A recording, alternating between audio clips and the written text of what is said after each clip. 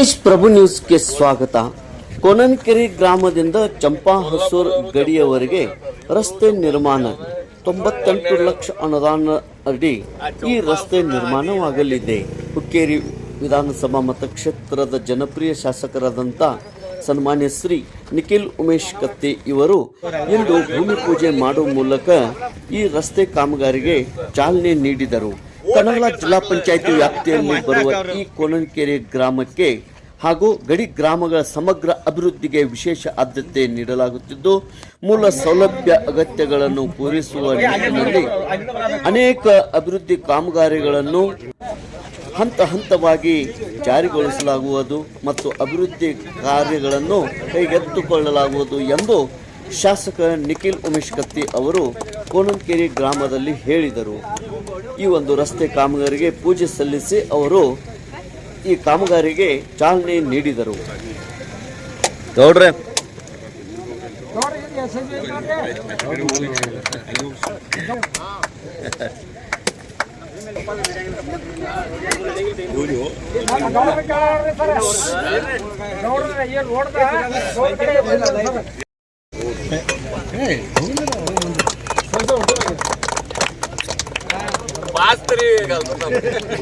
ಆಯ್ತು ಸರ್.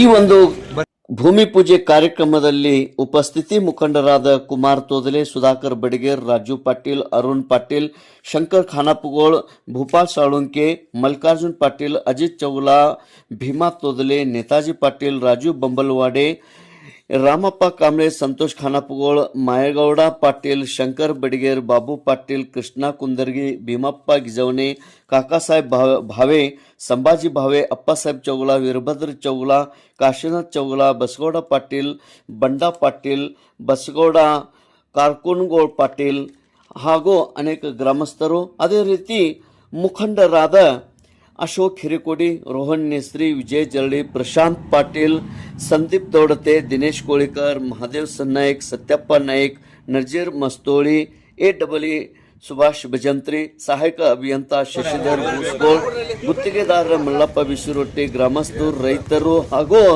ಅನೇಕರು ಈ ಒಂದು ಕಾರ್ಯಕ್ರಮದಲ್ಲಿ ಉಪಸ್ಥಿತರಿದ್ದರು. ತೇಜ್ ಪ್ರಭು ನ್ಯೂಸ್, ಕೋನನಕೆರೆ.